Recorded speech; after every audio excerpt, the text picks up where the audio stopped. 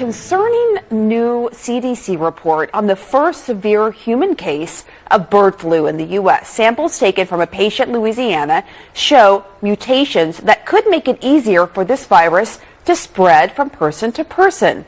Now, right now, there's no evidence it's been passed along to anyone else, and the CDC says risk to the public remains low. But experts warn a single mutation like this could potentially lead to another pandemic. Russia's Ministry of Defense has released a statement revealing the murky activities of the United States military. The ministry says that Washington's Office of Pandemic Preparedness and Response Policy searches for virus mutations to then use them to further its own interests. As in 2019, the United States began preparing for a new pandemic by searching for virus mutations. Could make COVID look like a little pandemic, which was quite alarming. I mean, is that really the case? Yes, Brian, I really do think it's very likely that we will at some time, it's not a question of if, it's more of a question of when, we will have a bird flu pandemic. And as you mentioned, unfortunately, bird flu has, when it does enter humans, has a significant mortality.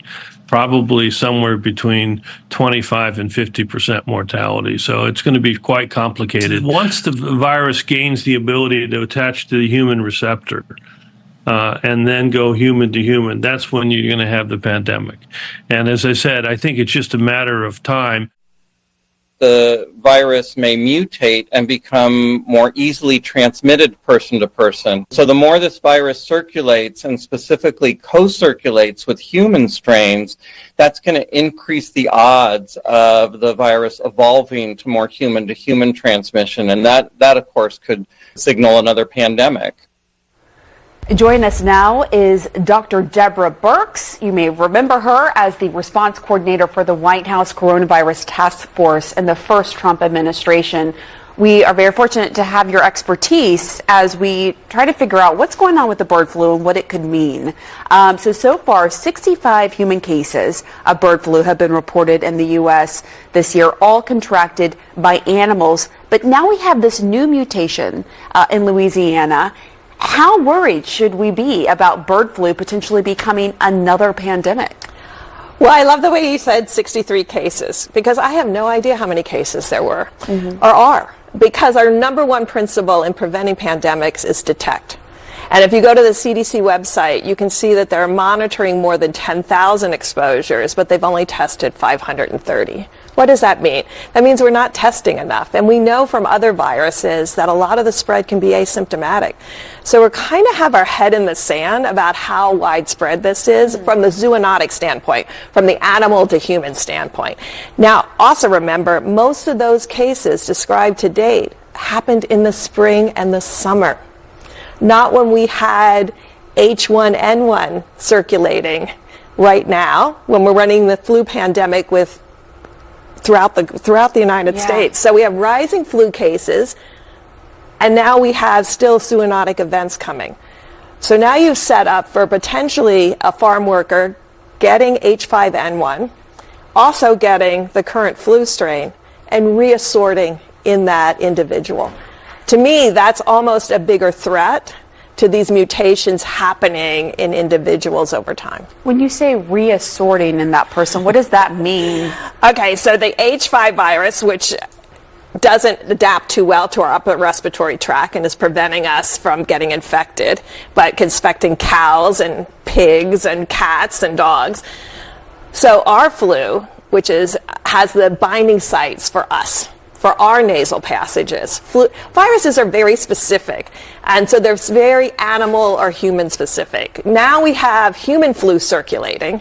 At the same time, we have this zoonotic flu circulating. We do not exclude the use by the United States of these so-called defensive technologies for offensive purposes, as well as for the purpose of global management by creating crisis situations of a biological nature. According to the ministry, Washington has been amassing various pathogens from its direct involvement documents with various biolabs around the world, which they say are for research and preventative measures, but Russia's defense ministry is not buying that. And they point out that whenever the Pentagon, for example, is interested in any pathogens, be it or avian influenza or the African swine flu, they later somehow end up becoming pandemic. And who stands to benefit from this? As we've seen time and time again, it's American pharmaceutical companies.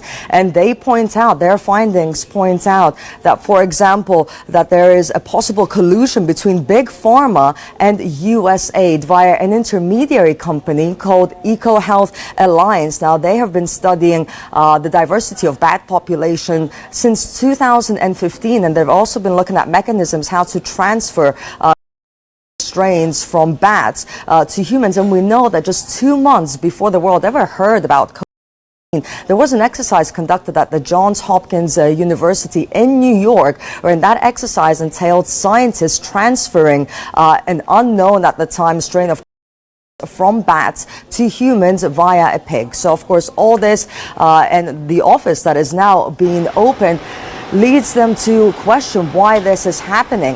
And of course, they also point out that the U.S. government, for example, in May this year said that there is no longer a public health emergency when it comes to Joe Biden himself. Last September said that the pandemic is over, yet this July they are opening this Office of Pandemic Preparedness and Response Policy, which is led by a man who is a military combat surgeon and retired Air Force Major General. Why? In addition to this, documents that have been uncovered during Russia's special military operation in Ukraine point to the fact that there is a center called the U.S. Army Medical Research Institute of Infectious Diseases actually plays a crucial role in all this, and they're the ones who are collecting all these dangerous pathogens from around the world in these biolabs, including one in Ukraine.